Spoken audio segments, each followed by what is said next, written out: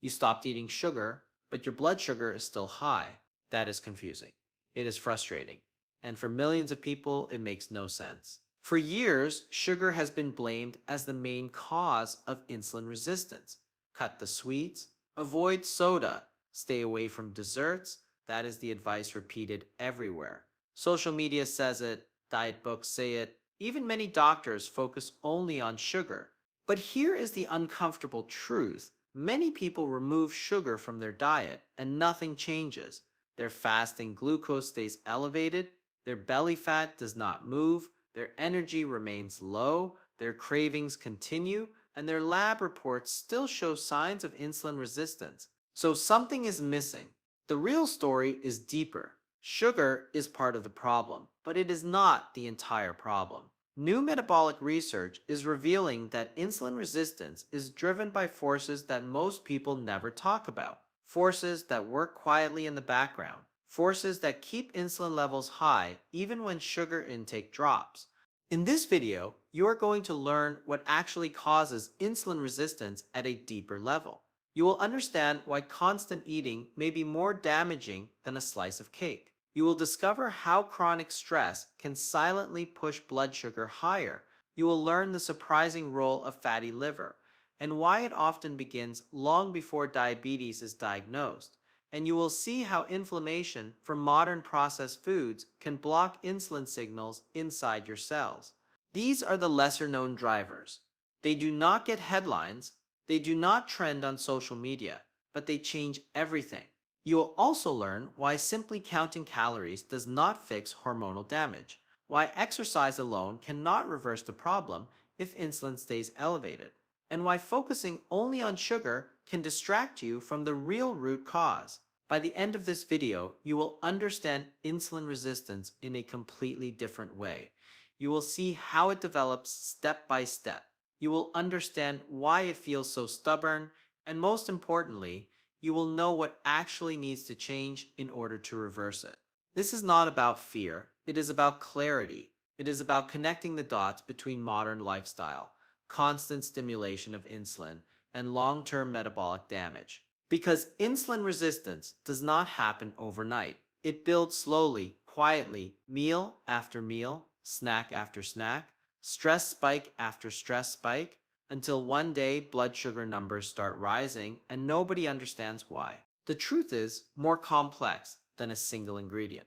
And once you see the full picture, everything starts to make sense. Stay with me until the end, because the final section will explain the most powerful shift you can make starting today to lower insulin naturally and begin repairing metabolic health. Welcome to our channel, where we break down complex health science into simple, practical knowledge that actually helps you. If you value clear explanations backed by evidence and want to understand your body at a deeper level, make sure you subscribe and join our growing community. To understand the real cause, we need a quick reminder of what insulin resistance actually is. Insulin is a hormone. Its main job is simple. It acts like a key when you eat food, especially carbohydrates. Your blood sugar rises. Your pancreas releases insulin. That insulin travels through your bloodstream carrying a message. Now think of your cells as doors: muscle cells, liver cells, fat cells. Each one has a lock on the outside. Insulin fits into that lock like a key. When the key turns, the door opens. Glucose moves from the blood into the cell. Then it is used for energy or stored for later. That is how the system is supposed to work. In insulin resistance, the doors stop responding properly. The key is still there. Insulin is still being produced, but the lock does not turn easily anymore. The door barely opens. As a result, glucose stays in the bloodstream longer than it should. Blood sugar begins to rise. The body senses this and responds by releasing even more insulin. Now, insulin levels go up higher and higher, and when insulin stays elevated, the body shifts into storage mode. Fat storage increases, especially around the abdomen and the liver. For a long time, sugar has been treated as the main villain in the story of insulin resistance, and it is not hard to see why. Over the past few decades, diets became overloaded with refined carbohydrates and heavily processed foods. Breakfast cereals packed with added sugar, flavored yogurts that looked healthy but were not snack bars marketed as fitness food, white bread, pastries, sweetened coffee drinks. Sugar was everywhere. Then came the explosion of soda culture. Large soft drinks became normal. Fructose, especially in the form of high fructose corn syrup, started showing up in almost every packaged product. Research began linking excessive fructose intake to fatty liver and metabolic problems. Blood sugar spikes became more common. Insulin levels rose more frequently. The connection seemed obvious. So sugar became the primary target. Cut the sweets, remove soda, lower carbohydrates. For many people, this advice works at first. Blood sugar improves, weight drops, energy stabilizes.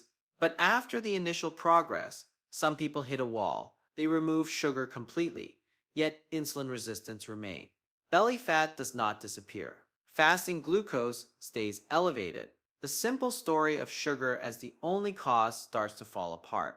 The deeper issue is not just sugar, it is chronically elevated insulin. Insulin is designed to rise after meals and then fall back down.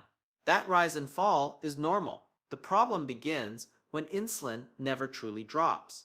When it stays elevated for most of the day, the body is constantly in storage mode. Frequent eating plays a major role. Many people are told to eat every 2 to 3 hours to boost metabolism, so the cycle never stops. Breakfast, snack, lunch, snack, dinner, dessert. Another small bite before bed. Each time food enters the body, insulin rises again. Late night eating makes it worse. The body is less insulin sensitive at night. Glucose stays in the bloodstream longer. Insulin remains elevated while you sleep. Ultra processed foods add fuel to the fire. They digest quickly, they spike insulin rapidly. Liquid calories are even more aggressive. Sugary drinks, sweetened coffee, fruit juices, even smoothies can trigger strong insulin responses because there is little fiber to slow absorption. Even foods labeled as healthy can contribute when eaten too often. Oatmeal, whole grains, fruit, protein bars. The issue is not only what you eat, it is how frequently insulin is being triggered without rest. Another hidden driver of insulin resistance is fatty liver. The liver plays a central role in blood sugar control. It stores glucose after meals and releases it between meals to keep levels stable. Under normal conditions, insulin signals the liver to slow down glucose production when blood sugar is already sufficient. But when fat begins to accumulate inside liver cells, that signaling system starts to break down. This condition, often called non-alcoholic fatty liver, can develop quietly over years. It is strongly linked to excess insulin, processed foods, and constant eating. As fat builds up in the liver, the cells become less responsive to insulin. The signal that says stop releasing glucose becomes weaker. The liver continues to push glucose into the bloodstream even when there is already enough circulating. This creates a frustrating cycle. Blood sugar stays elevated, not necessarily because more sugar is being eaten, but because the liver is overproducing it. The pancreas responds by releasing more insulin to compensate. Over time, this pattern reinforces insulin resistance throughout the body. In many cases, the process begins in the liver long before symptoms appear anywhere else. Another overlooked driver of insulin resistance is chronic stress. When the body is under stress, it releases a hormone called cortisol. This response is designed for survival. In a real emergency, cortisol helps mobilize energy quickly. It tells the liver to release glucose into the bloodstream so the body can react fast. The problem is that modern stress is not short and intense. It is constant and low grade. Work pressure, financial worries, social comparison, endless notifications. The body reacts to these signals as if they are threats. As cortisol rises, blood sugar rises with it. The body prepares for action. Even if no physical movement follows, then insulin is released to manage that extra glucose. If this pattern repeats day after day, insulin levels remain elevated more often than they should. Poor sleep makes it worse. Lack of deep sleep increases cortisol the next day and reduces insulin sensitivity. Late night screen exposure disrupts circadian rhythms, keeping the stress response active longer. Over time, this hormonal environment creates resistance. Cells become less responsive to insulin's signal, not only because of food, but because the stress system never fully turns off. Exercise is often seen as the ultimate solution for insulin resistance, but it is not enough on its own. Many people believe they can outtrain poor eating habits. They hit the gym hard, sweat for an hour or more, and feel like they are fixing the problem.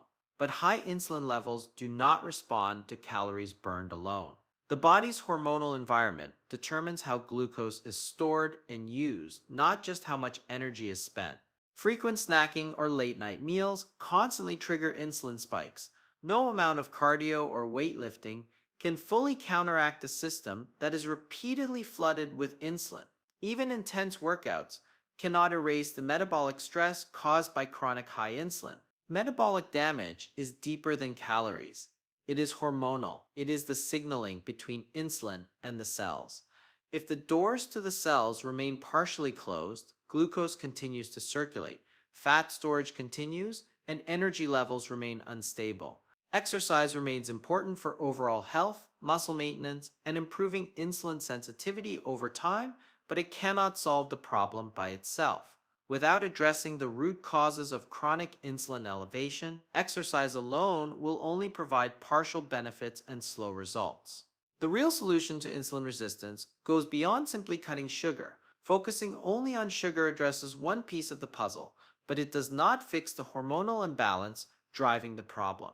One of the most effective strategies is reducing eating frequency. Giving the body longer periods without food allows insulin to drop naturally, giving cells a chance to reset and become more sensitive again.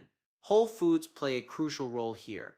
Unprocessed, high fiber foods slow glucose absorption, preventing sharp insulin spikes.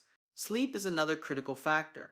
Deep, restorative sleep regulates cortisol and insulin, improving the body's ability to manage blood sugar. Managing stress is equally important. Chronic stress keeps cortisol high, which in turn keeps insulin elevated. Techniques that calm the nervous system, even small daily practices, make a significant difference.